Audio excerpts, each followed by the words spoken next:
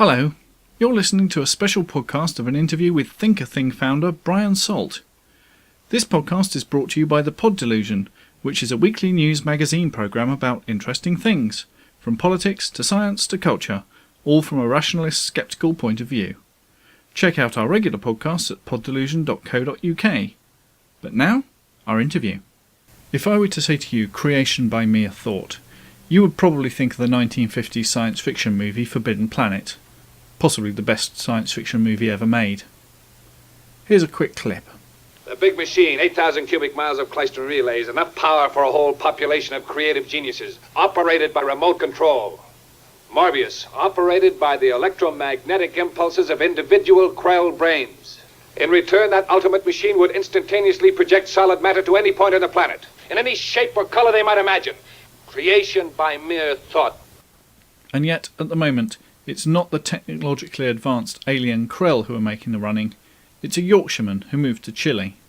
I gave Brian Salt, the founder of thinkathing.com, a quick call on Skype. Hello, Sean. Hi there. Okay, so our first question, obviously, is what on earth is Think a Thing? Think a Thing is a company that we set up to make intuitive interfaces of the mind. And our latest project is to create a real objects from thought alone. Okay, that sounds a bit far-fetched to me. How practical is that, really? Our biggest hurdle has not been the technology, it's people's lack of belief. On one end of the spectrum, we've got people that assume that you're building a machine where you can think of Jennifer Aniston, and then she suddenly appears in 3D. And then on the other end of the spectrum, you've got 3D professionals who are suggesting they are using mind control to interact with conventional 3D software. What we're trying to do is a completely different approach. We're creating a new type of modeling process. So someone with no previous experience can drive the software using their emotions and build a very professional, impressive looking model, which we then print out via a 3D printer, which I'm sure everyone's familiar with now. You say you're responding to the emotions of the user. How are you getting the signals from them? We've got an Emotive Epoch, which is a commercially available neuro headset. It picks up the electrical patterns from your brain. It's a $300 piece of kit, so it's sufficient for what we need. But what they also do as well is they have some methods for picking up things like emotional state, how interested you are in something, whether you're bored or not. You train the system to look for the electrical patterns that you might have whilst you're thinking about that. And then finally, you can also pick up the electrical impulses that you're sending out to your muscles, so things like smiling and blinking and so on can also be picked up. Okay, so you've got your raw emotional state, I'm feeling happy or whatever. How do I turn that into a real model? Well, what we're doing is we're stimulating the mind with images. So by showing you certain images, see how you respond to that, make an assumption based on that, and then regenerate a new image to stimulate your mind again to see if our assumption is correct. And we can do that obviously 30 frames a second and improve our perception of what you want over time.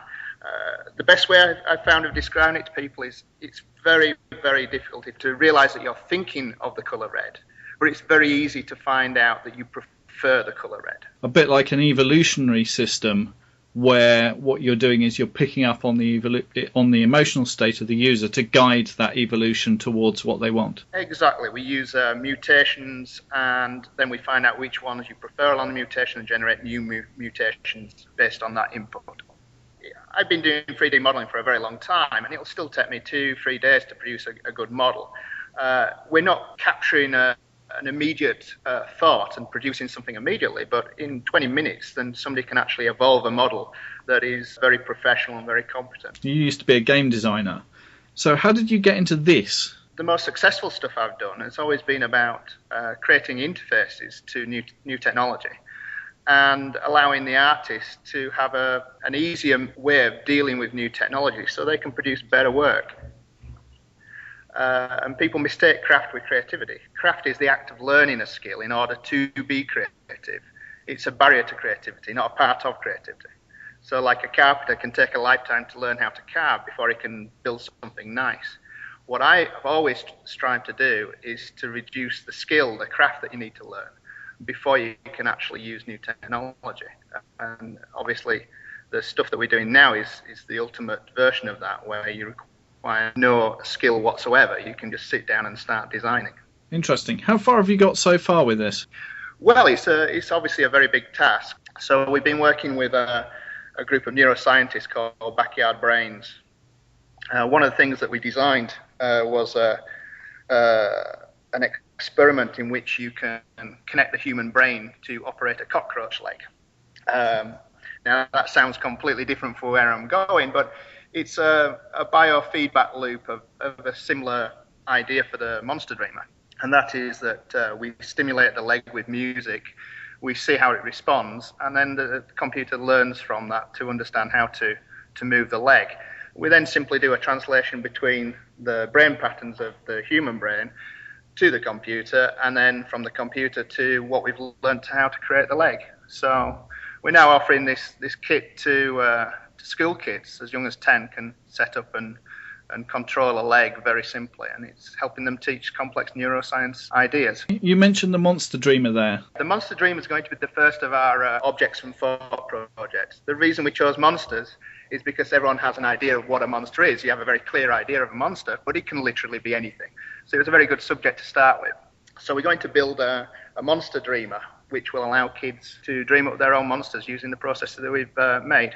And we're going to take that around schools here in Chile to see what different kids in different areas of the country come up with. You're then going to take some of those designs and turn them into real objects. Once you've actually built the model, it's an easy task to then print that out as a real 3D object. So you're effectively making a real object from thought alone. How far do you think you can take this? Our big goal is rather a grand ideal, which is to unlock the creativity in everyone, which sounds a little crazy, but we honestly believe with this technique, we can remove the craft, the skill needed for a lot of creative processes. Where can people find out more about what you're doing? You can read more about our experiments on thinkathing.com, and you can also a crowdfunding exercise to build the Monster Dreamer on www.ideame.com, which is a South American crowdfunding site. And we're offering some of the first ever thought toys to be produced as rewards for people who support us on that. Excellent. Good luck. Hope everything comes together. Thank you, Sean. It's been an absolute pleasure talking to you, and hope to see you soon. Thanks, Brian. So it's an interesting project, and it seems to be a bit more feasible than I had originally thought. We'll put links in the show notes, but in the meantime, this is Sean Ellis, thinking of something which might become real for the Pod Delusion. This podcast was brought to you by the Pod Delusion. If you like this special, please check out our regular podcasts and previous specials at poddelusion.co.uk. Thanks for listening.